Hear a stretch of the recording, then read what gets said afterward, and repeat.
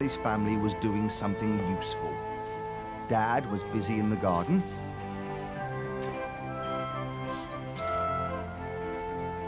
And Mum was washing the car. Both his parents were doing very dirty jobs.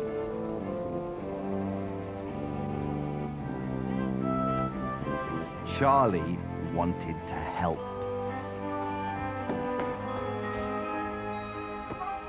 What useful thing could he do? The path needed sweeping, but that didn't look too bad. Panda needed a clean bandage, but that's not a dirty job. What dirty job could a knight in shining armor do?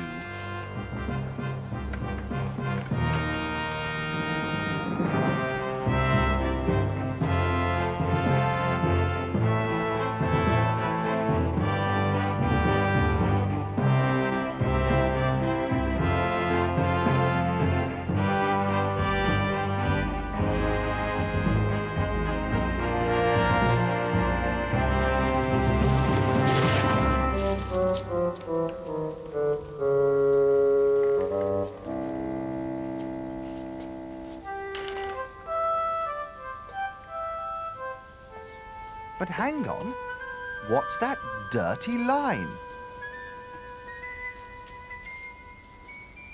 Charlie saw that his wheels were very muddy indeed.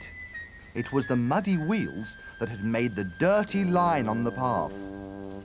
Now, what can I use to get the wheels clean again? Mum!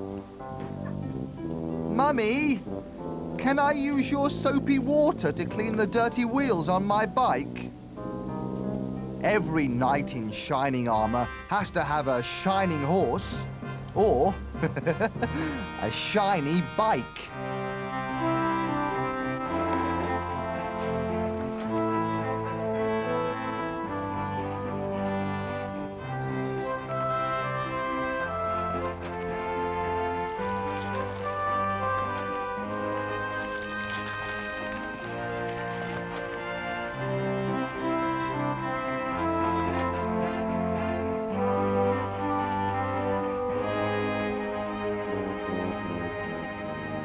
Well, that's a good job well done. I'm off to play with my knights now.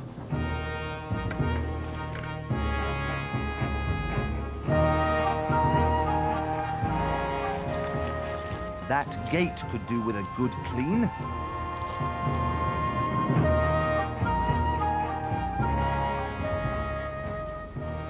Where's my sword? Ugh, that's very dirty. Who's ever heard of a knight with a dirty sword? This is my castle. Ooh, and it's quite dirty where I've been climbing up on it. But I can soon clean it up. And inside are my knights who help me to guard it. You look nice and clean. Ooh, but you are very grubby.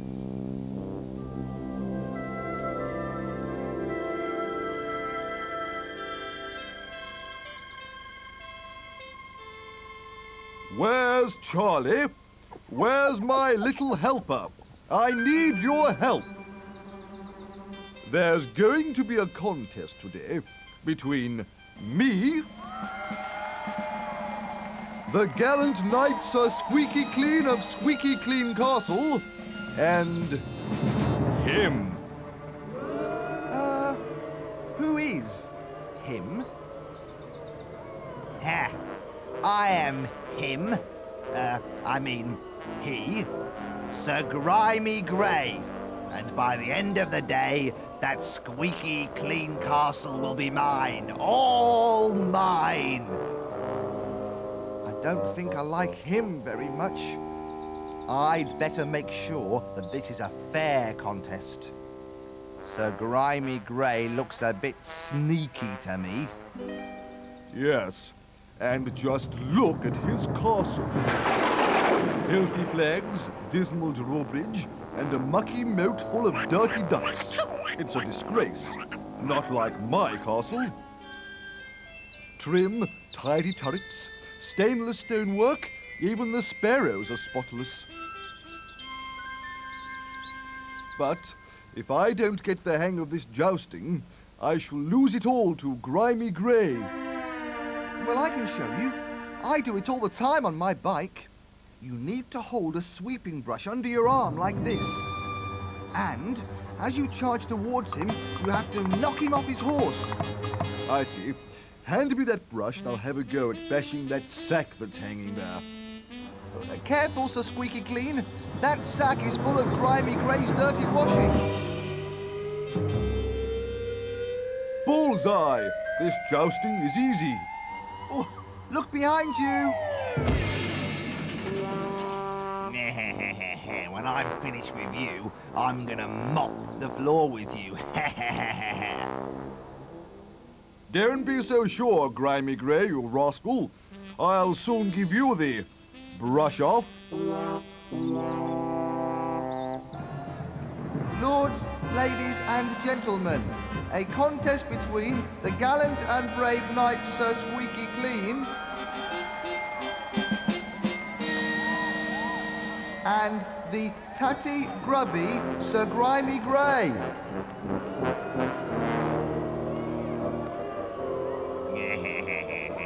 Soon your castle will be all mine. Let the jousting begin. Good luck, Sir Squeaky Clean. Remember what I told you? It's as easy as riding a bike.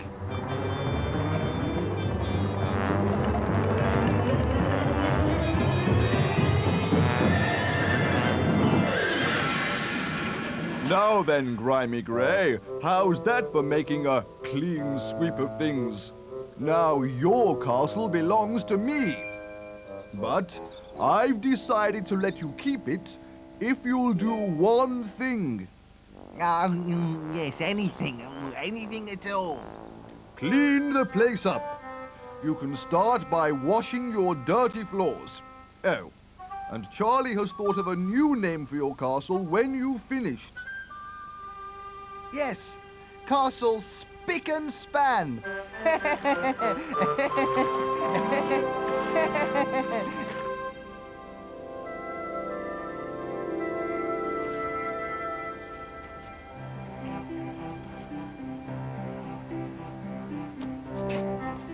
Oh dear, all the water's gone. I won't be able to clean anything else now. Sir Squeaky Clean has left his brush behind, so I might as well sweep the path. Oh, there, that's finished. Now I've been busy as well today. I don't think there's anything else left to clean.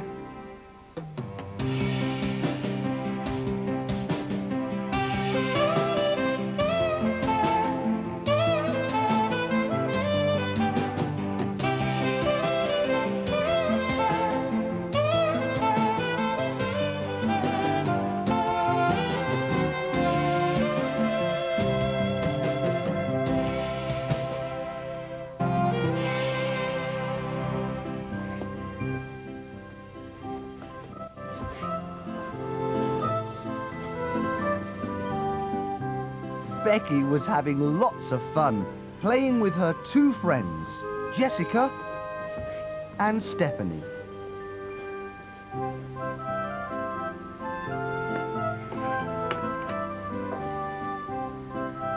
That's funny, thought Becky.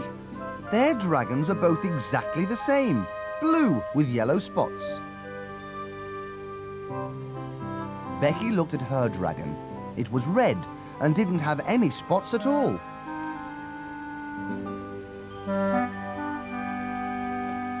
Look, Mum! Stephanie and Jessica's dragons are exactly the same, just like they are.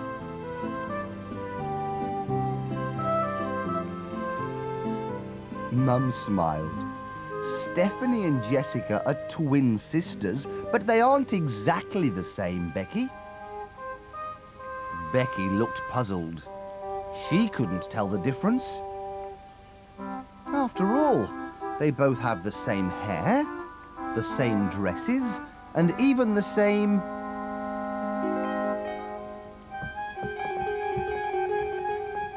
Oh, now I see. The twins are wearing different coloured shoes. Now I know how to tell them apart.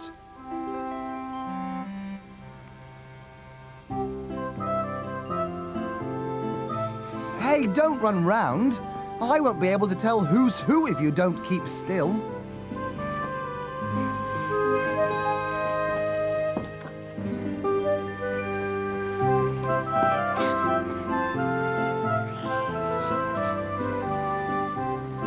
Who would like a drink?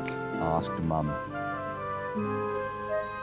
Me, please, called Stephanie. Could I have some orange juice? Me, please, called Jessica. Could I have some blackcurrant juice? See, Becky, said Mum. Twins don't always drink the same things. Stephanie would like orange juice.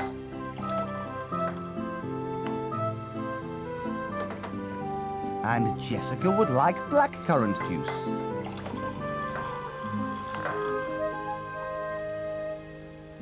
Stephanie and Jessica thought it would be fun to play a joke on Becky. So the twins quickly swapped places.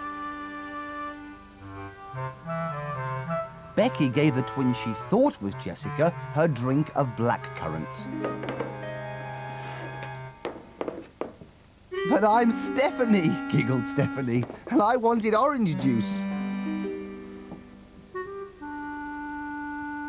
I'm Jessica, who wanted blackcurrant, said Jessica mischievously.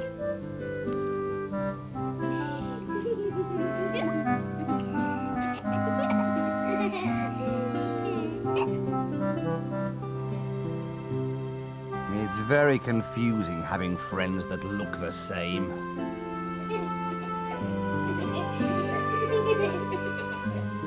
It must be great having a twin that you can play with. Becky saw herself in the mirror. There was another Becky staring back out at her. Could that be my twin?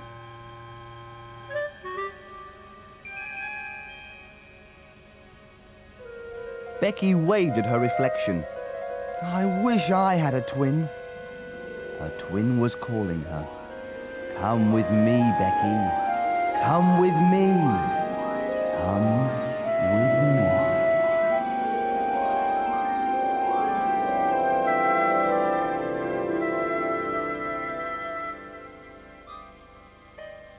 Becky couldn't believe her eyes. This girl looked exactly the same as her. She had the same hair, the same clothes, and exactly the same shoes. Not like Stephanie and Jessica. Come on, let's explore, said Becky's twin.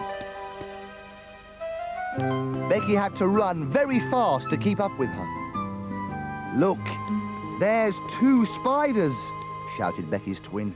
Let's go and climb their web. Oh, I don't think we should do that, said a worried Becky. But her twin was already halfway up the web. Excuse me, said the spiders both at the same time. Please don't climb up our web. I'm sorry, said Becky. Before Becky could blink an eye, her twin had run off again. Becky followed. Wherever she looked, there was not just 1, but 2 of everything.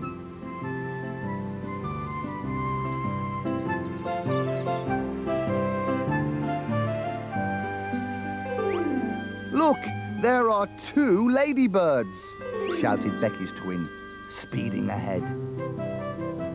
What's that behind that rock? It looks like a fire. Let's go and see. Oh, I don't think we should. Fire is very dangerous, said Becky. We shouldn't go too close. Becky and her twin were surprised to see two twin red dragons sitting in front of a cave. "Oh," said Becky, "they look just like my dragon." One dragon was breathing out flames, and the other kept sneezing. Achoo! He had a bad cold. Tissue!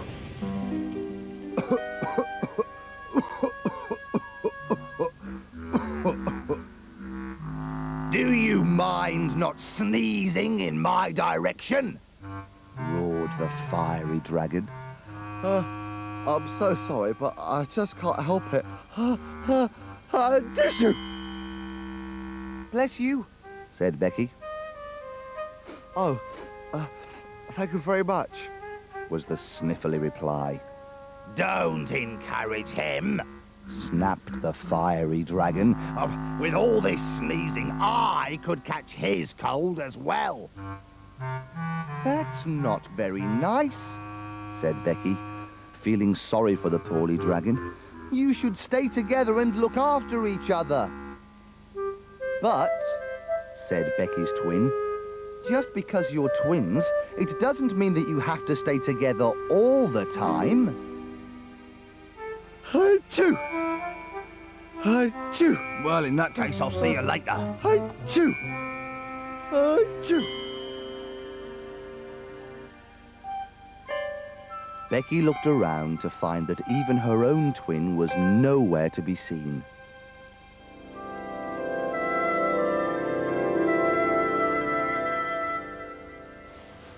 Becky was back in her own flat, and her dragon was lying on the floor, all on its own.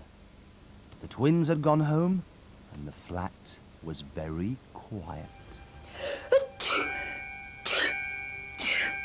She heard a loud sneeze. It wasn't a dragony sneeze, it was Mum sneezing. "Oh, that dust must have got up my nose," said Becky's mum.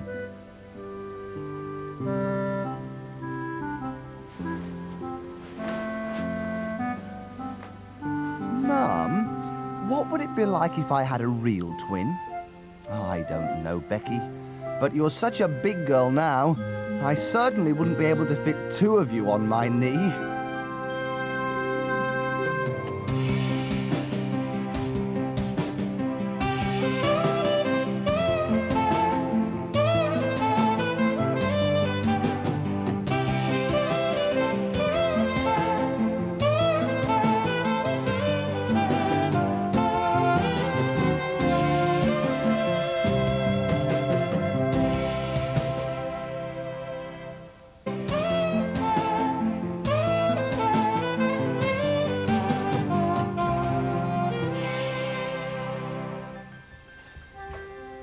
Today is a cold day, so Charlie has to stay indoors. He's very bored indeed.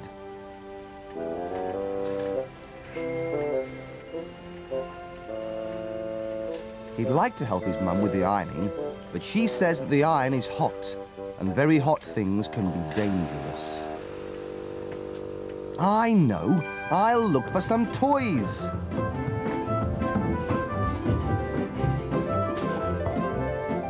Now, what can I find to play with?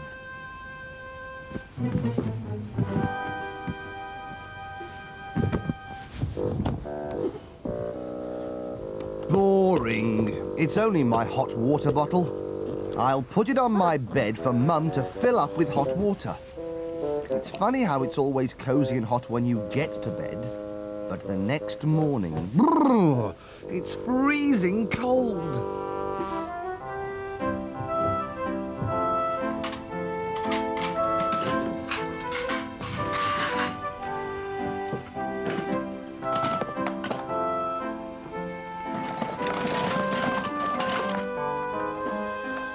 Great! My xylophone!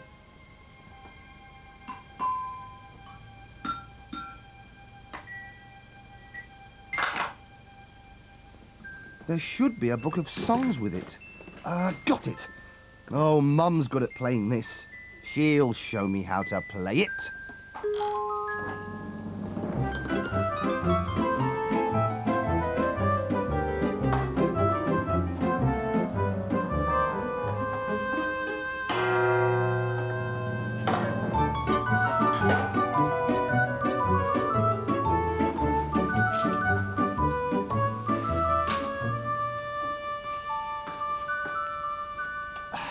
Nothing on your feet again. How many times do I have to tell you? I suppose you forgot to put these on this morning. Come on, you two. Time to keep my feet warm. Better be quick. Ooh, now my bottom's getting cold. Now I know why polar bears have such furry coats. It must be really cold sitting on the ice at the North Pole.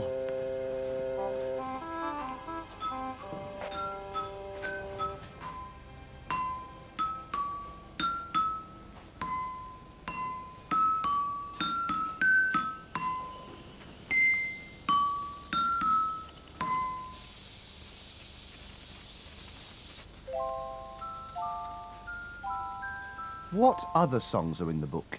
Let's see. Jack and Jill? Humpty Dumpty?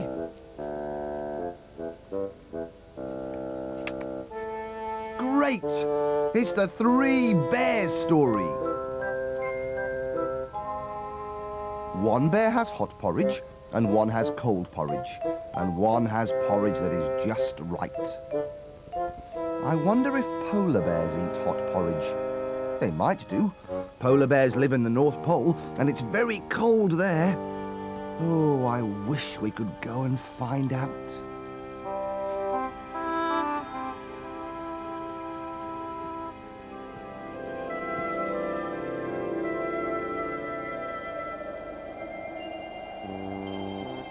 Boring, boring, boring. Ooh, nothing to do but look at snow and ice.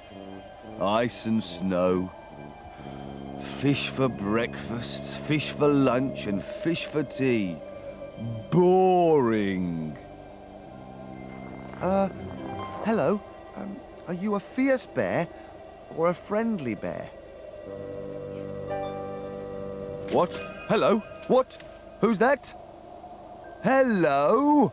Somebody to talk to. Come and join me.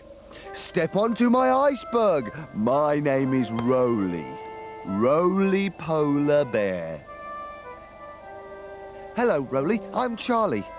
And wow, this is cold. Ooh, is it frozen water? Yes, it is.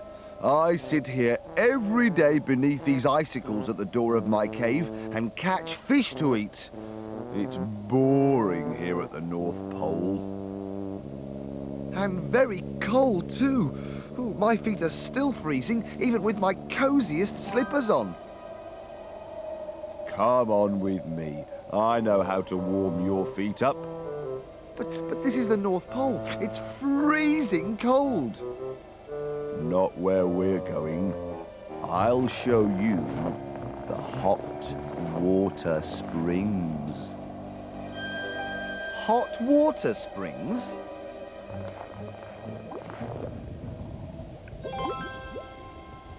Ooh, it's hot around here. Ooh, ah, ouch, ooh, ah, ooh, ooh, it's hot. Careful. Here's some more hot water.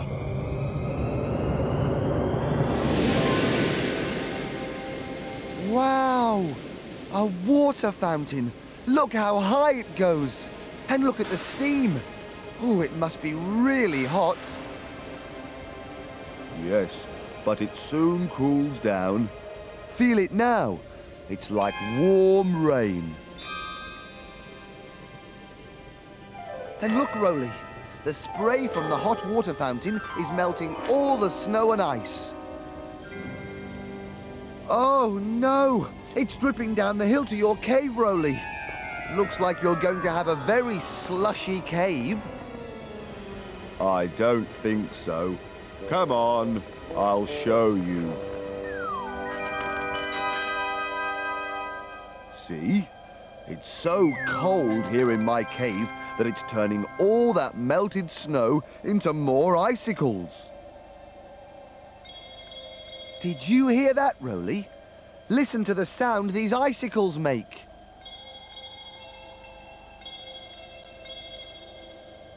Terrific! It sounds just like my xylophone. Here's a song.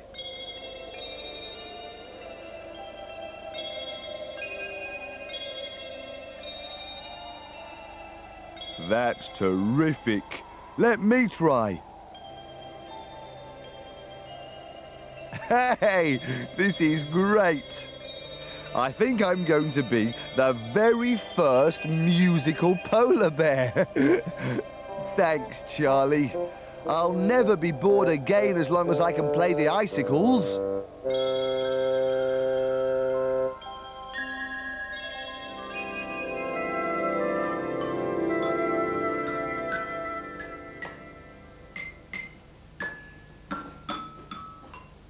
What we need now, Charlie, is a nice hot cup of tea.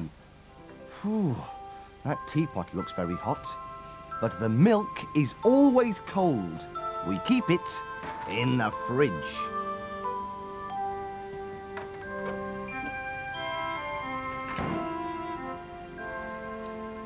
Charlie very carefully carried the cold milk bottle to his mum. This is just like the Three Bears story. The tea is very hot. The milk is very cold. And mixed together, my cup of tea is just right.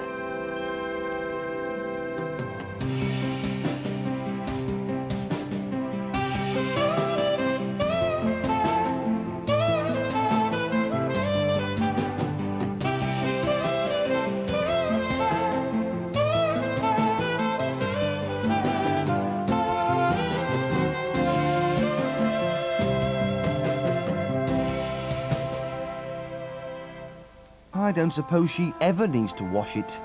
Living deep at the bottom of the sea, it's probably always clean. Not like yours, Coral.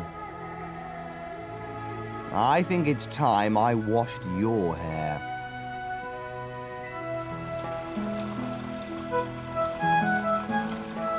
Mum fills a jug with water for Lucy and puts it on the red table. Ooh, this jug is very full. If I put my hand in, wow, it's quite deep. It's almost up to my elbow.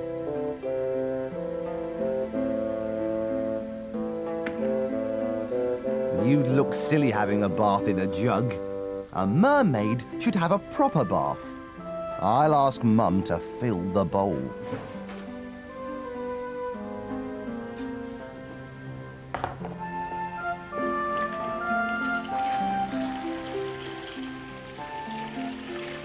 That should be just about enough water. Oh dear. It isn't deep enough to cover you up. It's far too shallow. It's more like a paddling pool. It's too shallow. But shallow water's great for paddling in. This bath needs to be much deeper.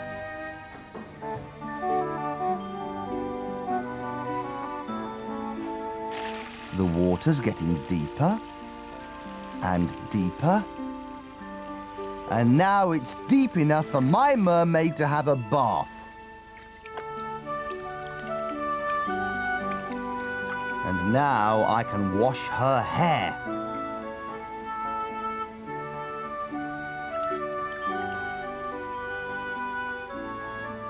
Mum went outside to hang up the washing. And Lucy started to dry Coral's hair with a towel. I know. Your hair can dry in the warm breeze like a real mermaid on a tropical island. The rain barrel is so full of water, it started to overflow.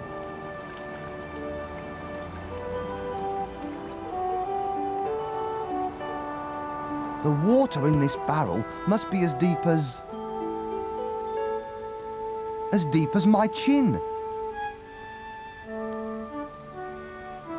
There's always a lid on the barrel.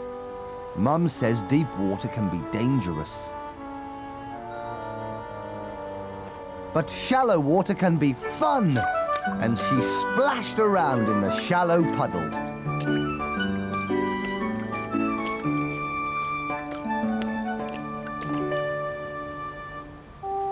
Oh dear, Coral, your hair is still wet. If only we lived on a sunny island, your hair would soon dry. But then, so would the puddles.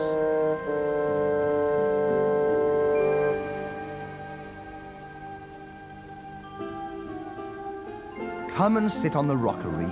This could be your tropical island.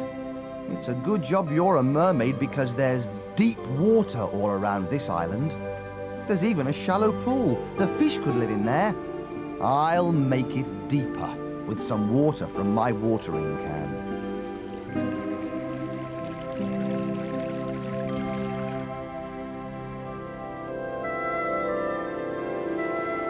Gosh, Coral, we're on an island, just like the mobile in the kitchen. Now your hair can really dry in the warmer breeze. A warm tropical breeze, you mean? Hello, and welcome to our Sunshine Island. I'm Myrtle the Turtle. There are lots of islands around here, and even I, with my short legs, don't need to swim between them, because the water here is so shallow. What a wonderful place this is, Myrtle. Lots of sunshine and beautiful, clear, shallow water. Well, said Coral, shallow water isn't always good, though. Just look at the rock pool. And look at the fish. Oh, no, said Lucy. There isn't enough water for them to swim in. It isn't deep enough. Myrtle, what can we do to help them? It's the warm sunshine drying up the rock pool. We'll have to fill it with seawater to make it deep enough for the fish to swim in. You can use seashells. All you have to do is fill them with water.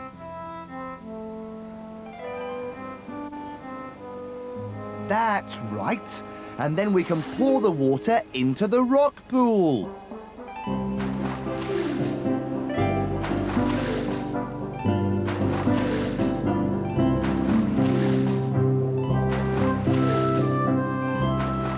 Phew, said Myrtle. I'm worn out. We don't seem to be filling the pool up very much. You're right, Myrtle. As quick as we pour the water in, the sun dries it up. It just isn't getting any deeper.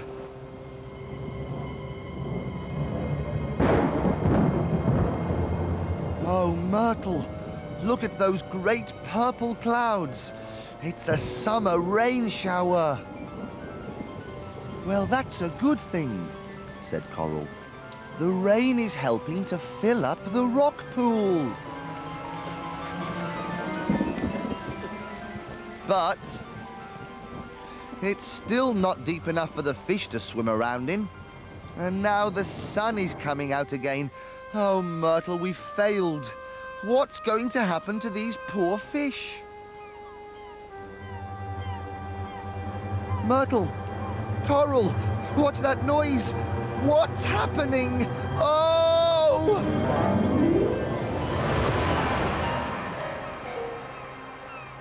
Listen, Lucy. The tide has come in and filled the rock pool. It's deep again. Watch out, you two. Here comes another wave.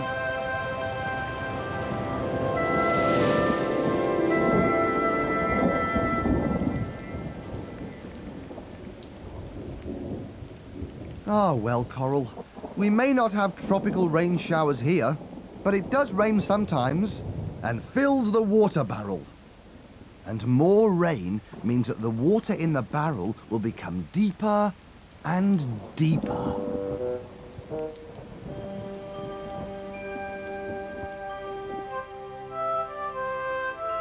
If it sometimes rains on tropical islands, then my mobile needs a cloud to cover up the hot sun from time to time. I'll paint one. First, I'll dip my brush into this deep water, and then dip it into this shallow puddle of purple paint.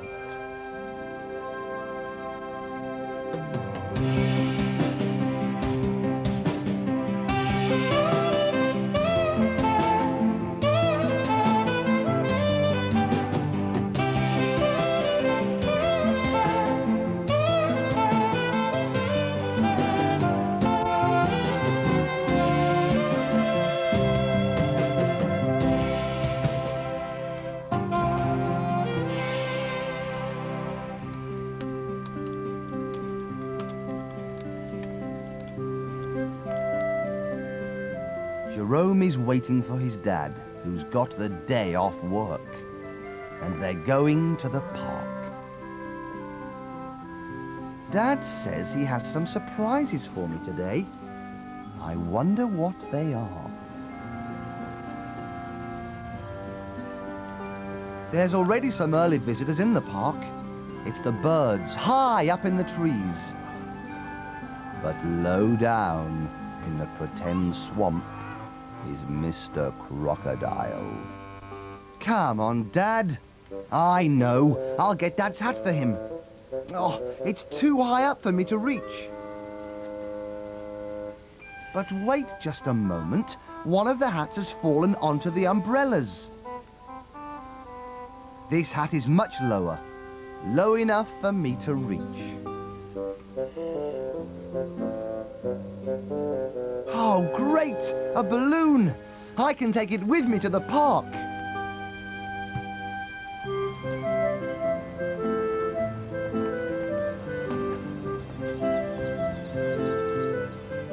Come on, Dad, come on, come on! There are quite a lot of clouds up high in the sky, Jerome, and they could be rain clouds. Best not take any chances. Come on, Dad!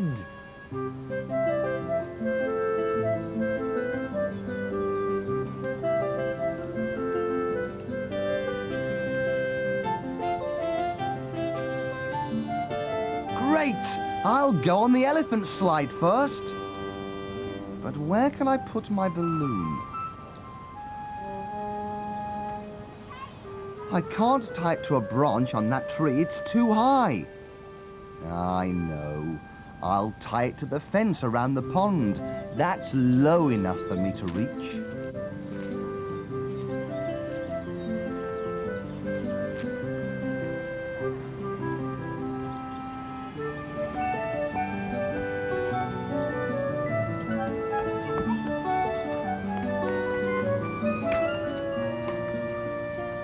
I can see all of the park from high up here. And look, there's my balloon. Whee! But when I slide low down, I can only see Mr. Crocodile hiding low down in his pretend swamp with his friends, the hippos.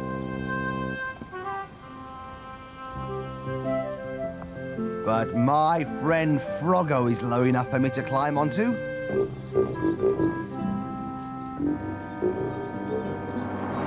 Oh no! I didn't tie my balloon up tight enough. It's floating away. Dad, what should I do? Perhaps if the wind blows it past the top of the elephant slide, I'll be high enough to grab it.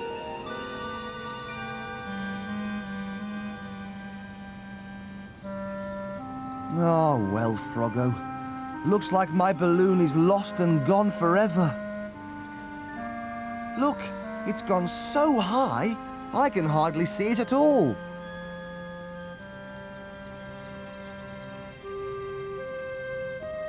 wish we could follow it, Froggo, high above the clouds. I wish you could do an enormous frog's leap and catch up with my balloon.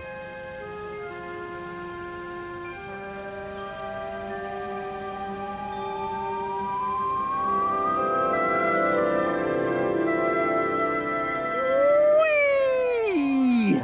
Hey, Froggo, this is great! That's nothing, Jerome. That was only one of my low leaps. Watch this and hang on tightly for one of my really high leaps. Wow! Now we're really high up in the air. Hey! What's happening? I don't know where we are, Jerome, but that was one of my highest jumps. Hang on tight. We're coming into land. Watch me, Froggo. On this cloud, I can jump as high as you now. See if you can jump from cloud to cloud like me. I'm going to jump onto some of those clouds lower down. And I'll jump onto that cloud high up there. Hey, Froggo! Come and look at this cloud. It's not all bouncy like that one. It's sort of, crunchy.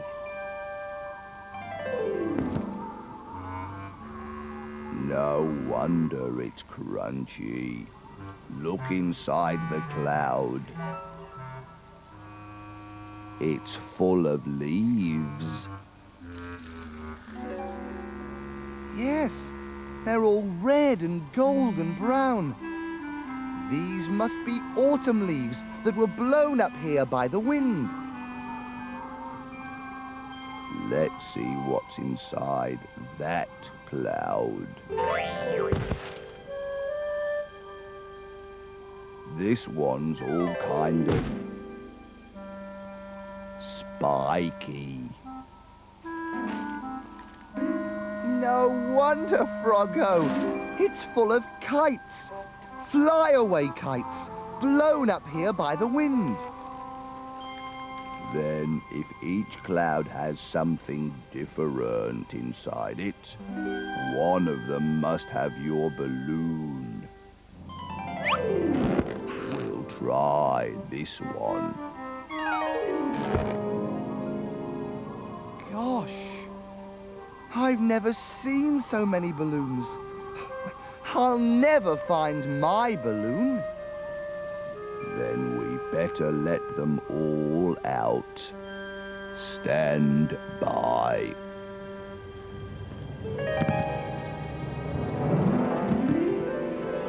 Froggo, where are you? I can feel the cloud going lower and lower and lower. Me too. But I found your balloon. The one with the funny face on it.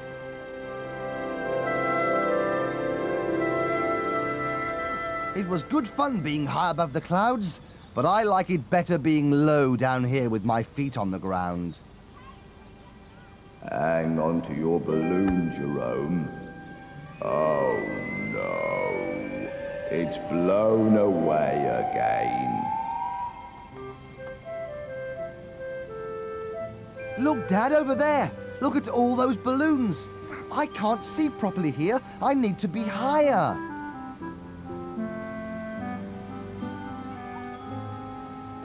That's better. I was too low to see the balloons before. Now I'm high enough. I wish I had my balloon back, though.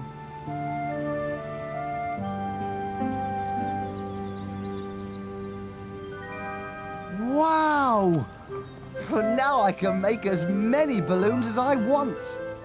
Well, they're not really balloons, but I expect they'll find their way higher and higher until they find a cloud full of other bubbles.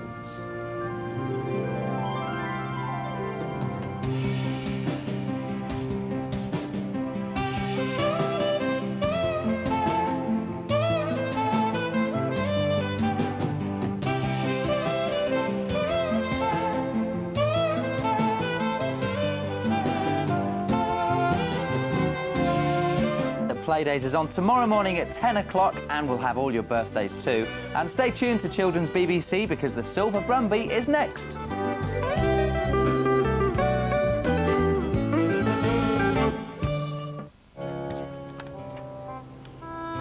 A lovely soft peach. Or a nice hard apple. The apple, I think.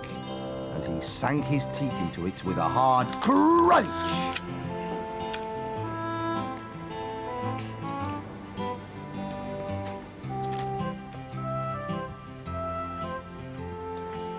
What should I do now? Thought Charlie as he walked out of the kitchen. He looked around the living room. I know. He threw his apple away and jumped onto the sofa. Boing, boing, boing, boing, his feet sinking into the soft cushions on the sofa.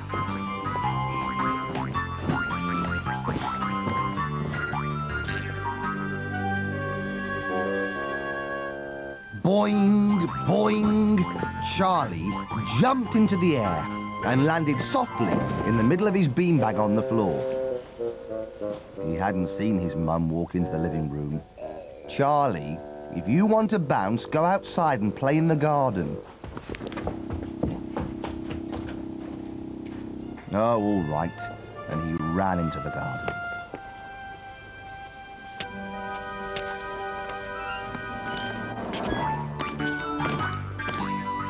Charlie bounced up and down.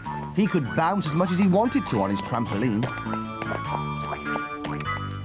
Charlie bounced as hard as he could and tried to hit the soft ball with the hard bat. It was no use. He was wobbling about too much. The ball just bounced off the bat, but because it was made of soft sponge, it couldn't go very far. It rolled into the flower beds.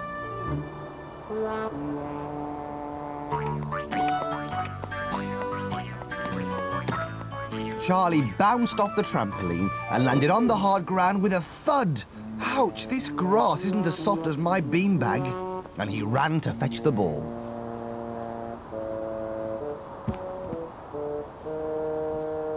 What he didn't expect to find was a large snail lying beside it. Oh, look, said Charlie. My soft ball has bounced off this hard shell. I wish everything could be as soft as my ball. Then I could bounce everywhere without hurting myself.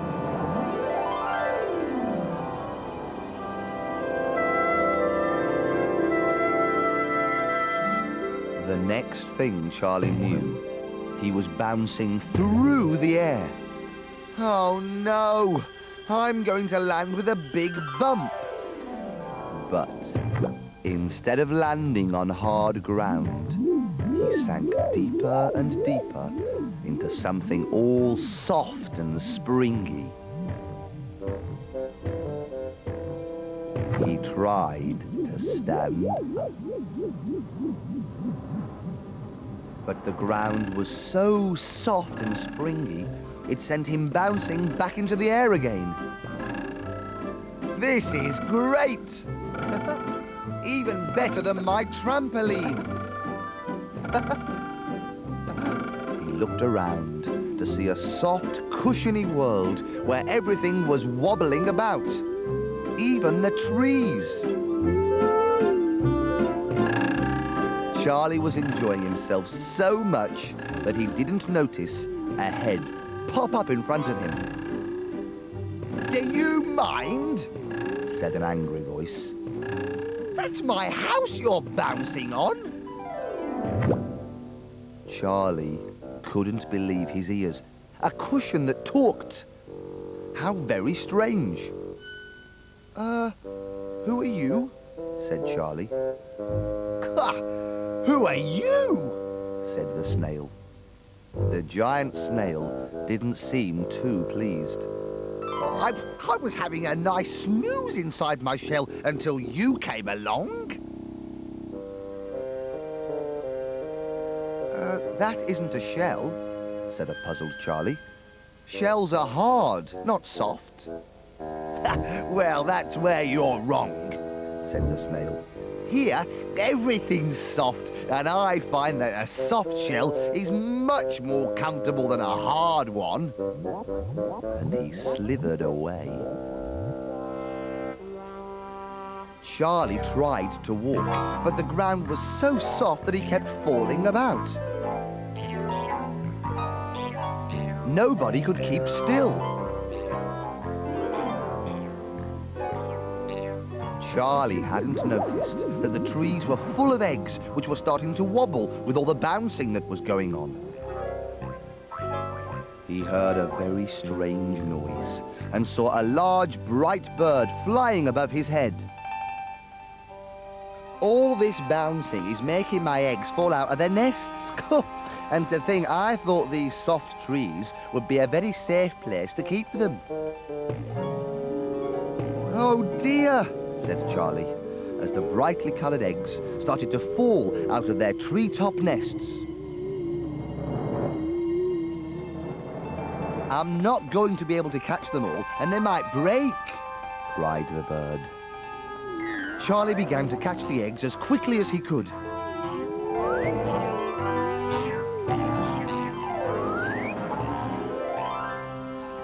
Oh, there we are, he gasped.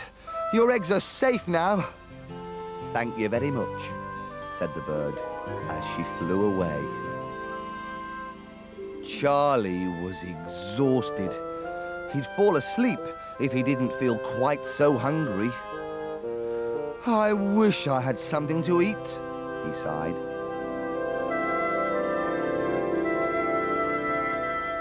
It was lunchtime, and Charlie's mum had made his favourite meal, boiled eggs and toast.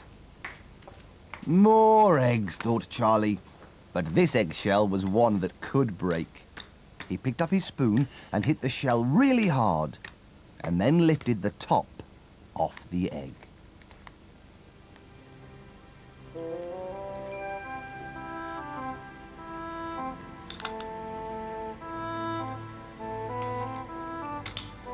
Charlie dipped a piece of toast into the egg, which was so soft that it ran all over the sides. Yummy! This is just how I like my eggs. Hard on the outside and soft on the inside.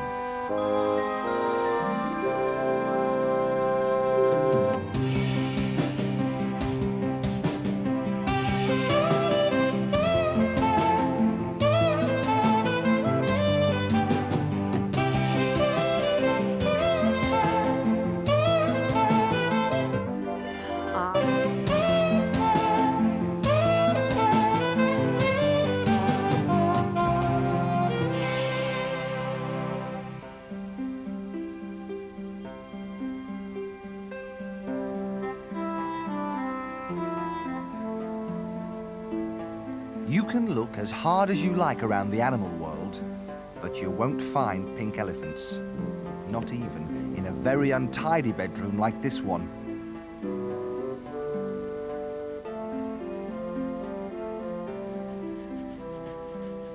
But Becky likes her room to be untidy, and she loves pink. So, if she's colouring in an elephant, or anything at all really, it has to be pink. The bedroom door opened. Mum looked at the mess and sighed. Oh, don't put that pen down, Becky. The state your bedroom's in, you'll never find it again. Mum wasn't at all surprised that Becky was drawing an elephant again. But it's only one little elephant, said Becky, and she had always wanted a pet. But she could tell by the way Mum was slowly shaking her head that she'd never really have a pet elephant. Becky tried to look brave. Mum explained that it wouldn't be fair to keep an animal as big as an elephant. After all, what would they feed it on? What's more, they lived in a block of flats. Outside, there was no garden for it to play in. But all the same, a pet elephant would be fun. Mum promised her they'd talk again about having a small pet when, and only when, Becky had tidied up her room. Mum took one last look at the mess and said, "It really does look like a herd of elephants have charged through here. You've got 5 minutes to tidy up."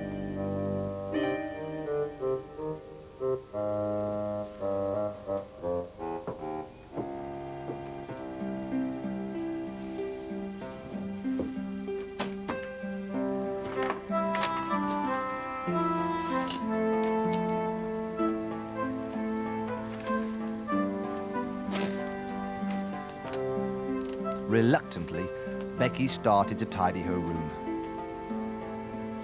But it was boring, and she decided to have a rest. She'd put off tidying up till later.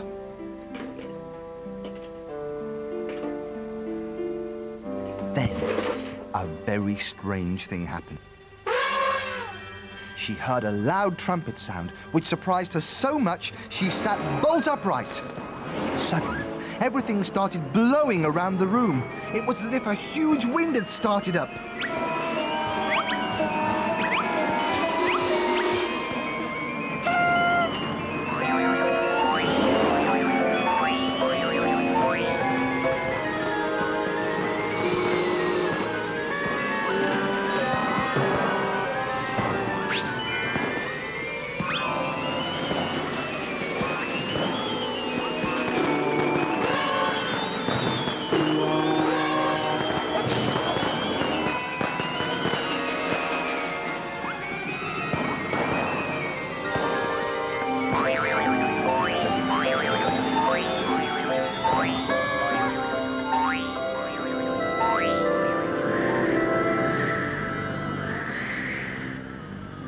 The next thing she saw was a pink elephant right there in the middle of her bedroom, blowing everything around the room.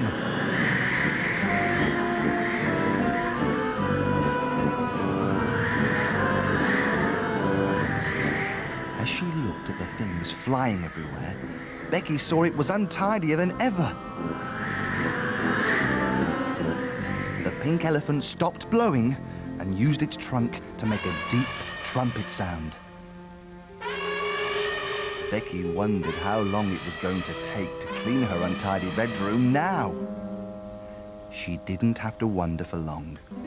Instead of blowing things around, it started sucking things up. Whack! Went a pile of books as they were sucked up against its trunk.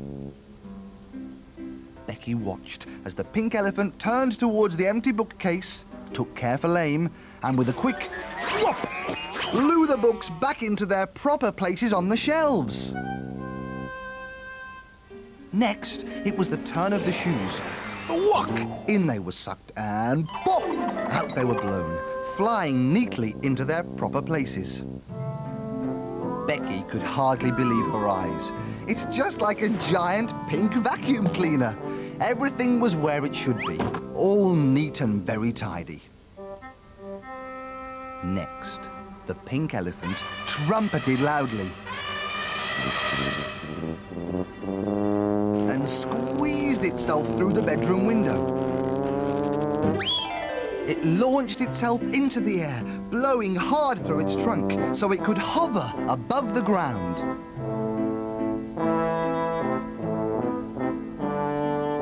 Becky watched as it landed and started sucking up all the litter and cans that people had dropped.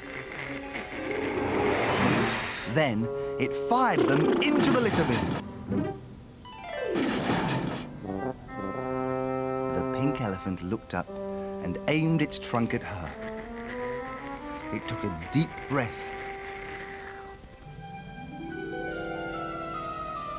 and gently she landed on the ground and started to help with the tidying up.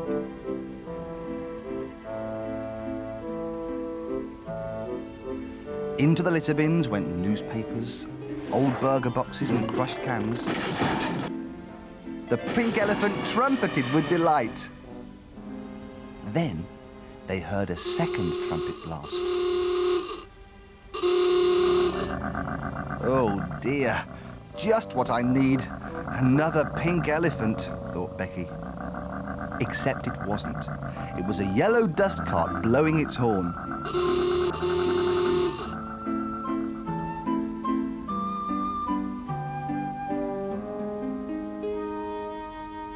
The driver asked the pink elephant if it wanted to help them clean up.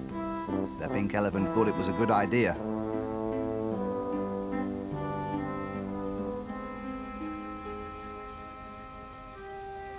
As it waved goodbye, Becky felt a little sad because her new friend was going. But before he left, the pink elephant took a really deep breath and blew Becky back through her bedroom window.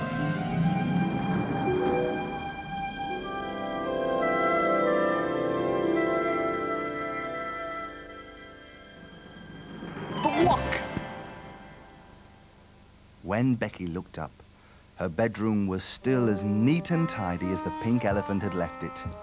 She rushed towards the window to wave goodbye properly, but there was not a dust cart in sight. Just then, Becky heard her mum's voice.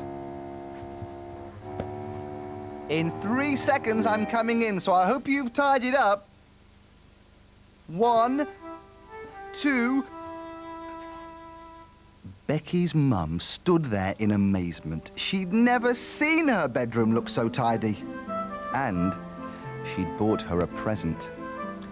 So Becky was going to have a pet, a snuffly little guinea pig. Not pink exactly, but Becky decided to call it Pinky. It was kinder to keep a pet the size of a guinea pig in their small flat, after all.